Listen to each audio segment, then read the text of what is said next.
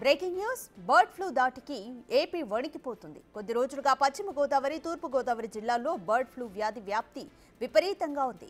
Bird flu virus తో కోళ్లు మృత్యువాత పడుతున్నాయి. బర్డ్ ఫ్లూ సోకిన పౌల్ట్రీ నుంచి 10 కిలోమీటర్ల పరిధిని సర్వేలెన్స్ జోన్ గా అధికారులు ప్రకటించారు. ఇటు ఉమ్మడి కృష్ణా జిల్లాలోనూ బర్డ్ ఫ్లూ కలకలం రేగింది. మంగళవారం అనుమలంకపల్లిలో 10,000కు పైగా కోళ్లు చనిపోయాయి. బుధవారం మరో 2,000 కోళ్లు మృత్యువాత పడ్డాయి. చనిపోయిన కోళ్లను డిస్పోజ్ చేయాలని అధికారులు సూచిస్తున్నారు. వాటిని పౌల్ట్రీ యజమానులు పూడ్చిపెడుతున్నారు. చనిపోయిన కోళ్ల శాంపిల్స్ ను ల్యాబ్స్ కి పంపారు. ఆయా ఏరియాల్లో మనుషుల్లో బర్డ్ ఫ్లూ లక్షణాలను గుర్తించేందుకు సర్వే చేస్తున్నారు. అయితే కోళ్లను గుట్టు చప్పుడు కాకుండా ఇతర ప్రాంతాలకు తరలించడం ఆందోళన కలిగిస్తోంది.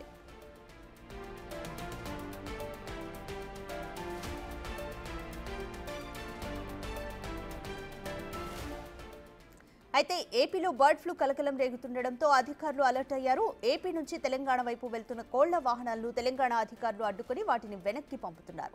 ప్రజలు పానిక్ కాకుండా చూస్తున్నారు. ప్రజలెవరూ ఆందోళన చెందాల్సిన అవసరం లేదని, రాష్ట్రంలో 2-3 జిల్లాల్లో మినహా ఎక్కడా ఈ వైరస్ వ్యాప్తి చెందలేదని అధికారులు తెలిపారు. మరోవైపు కోళ్ల ఫారంలలో పనిచేసేవారు జాగ్రత్తగా ఉండాలని సూచించారు. ప్రజలు, కోళ్ల పెంపకందారులు, చికెన్ షాపుల నిర్వాహకుల్లో బర్డ్ ఫ్లూపై అవగాహన పెంచుకుని అప్రమత్తంగా ఉండాలని సూచిస్తున్నారు.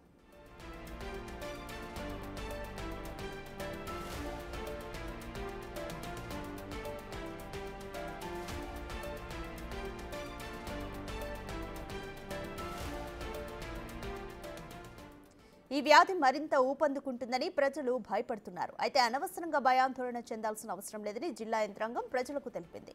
ఈ వ్యాధి మనుషుల్లో వ్యాపించే అవకాశం లేదని చెప్పుకొచ్చింది. ఏవియన్ ఇన్ఫ్లుయెంజాను బర్డ్ ఫ్లూ లేదా ఏవియన్ ఫ్లూ అంటారు. ఇది పక్షి వ్యాధి. ఇది సాధారణంగా అడవి బాతులు, ఇతర నీటి పక్షుల ద్వారా వ్యాపిస్తుంది. ఈ వ్యాధి అడవి పక్షుల నుండి పెంపుడు కోళ్లకు కూడా వ్యాపిస్తుంది.